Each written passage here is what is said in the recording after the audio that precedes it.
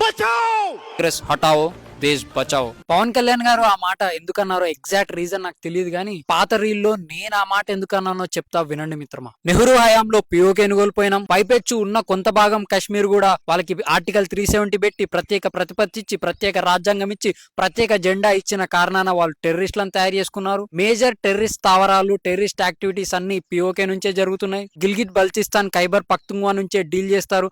ఎందుకంటే వాళ్ళకి clear vision ఉంటది. ఆ స్ట్రాటజిక్ విజన్ అయిన పిఓకేని కోల్పోవడానికి మూల కారణం నెహ్రూ. అంతేకాదు చైనాతో యుద్ధం చేసి యుద్ధం ఓడిపోయి అక్సై చిన్ని కోల్పోయినాం, మళ్ళా దాన్ని సమర్థించినారు. అలహాబాద్ హైకోర్టు ఇందిరాగాంధీని ఎలక్షన్ లో మాల్ ప్రాక్టీస్ చేసిందని 6 years లోక్సభ నుంచి డిస్క్వాలిఫై చేసిన కారణాన ఓవర్ నైట్ ఎమర్జెన్సీ పెట్టింది మిత్రమా. అసలు అన్ని న్యూస్ పేపర్లకి సెన్సార్షిప్ చేసింది. ఏది చెప్తే అదే రాయాలి మిత్రమా. 2 లక్షల మందిని అరెస్ట్ చేసింది మిత్రమా without trial. Prakash Narayana, Morarji Desai, Atal Bihari Vajpayee, LK Advani, student leaders, student activist, union leaders ఎంతమంది మిత్రమా సుమారుగా 1,10,000 మందిని జైల్లో వేశారు మిత్రమా. Maintenance of internal security act charge sheet లేదు, ట్రయల్ లేదు, హ్యూమన్ రైట్స్ లేవు. మళ్ళా సంజయ్ గాంధీ ఆయన ఎమ్మెల్యే కాదు, ఎంపీ కాదు, అసలు ఏం కాకపోయినా సరే ఇందిరాగాంధీ కొడుకన్న కారణాన బ్రూటల్ గా ఇన్హ్యూమన్ గా ఎంతో మంది మగవాళ్లకు బలవంతంగా పిల్లలు పుట్టకుండా ఆపరేషన్ చేశారు మిత్రమా. సుమారుగా 1 కోటి మందికి అలా ఆపరేషన్ చేశారు.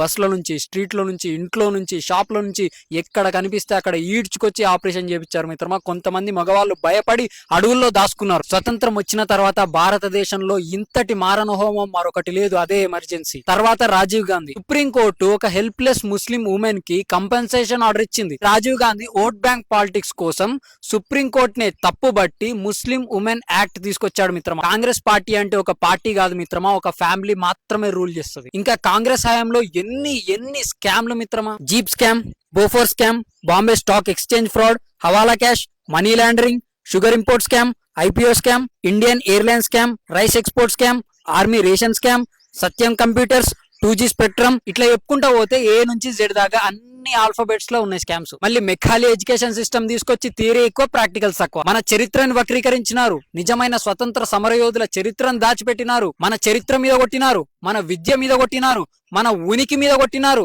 మనకి బానిసత్వం నేర్పినారు. అంతెందుకు వందే మాత్ర గీతంలో కూడా ఒక స్టాంజా తీసేసినారు మిత్రమా. త్వంహి దుర్గ దశ ప్రహరణ ధారిని కమలా కమలధర విహారిని వాణి విద్యాదాయిని నమామి త్వం. దుర్గా అంటే శౌర్యం, సరస్వతి అంటే విద్య, జ్ఞానం, లక్ష్మి అంటే సంపద, సమృద్ధి. ఈ మూడింటిని పక్కన పెట్టి ఇన్ఫీరియారిటీ కాంప్లెక్స్ అనే బానిసత్వాన్ని నేర్పి ఈ రోజు దేశ దౌర్భాగ్య పరిస్థితికి మూల కారణం ఈ పార్టీ అయింది. అందుకన్నాను కాంగ్రెస్ హటావో దేశ్ బచావో. భారత్ మాతాకి జై.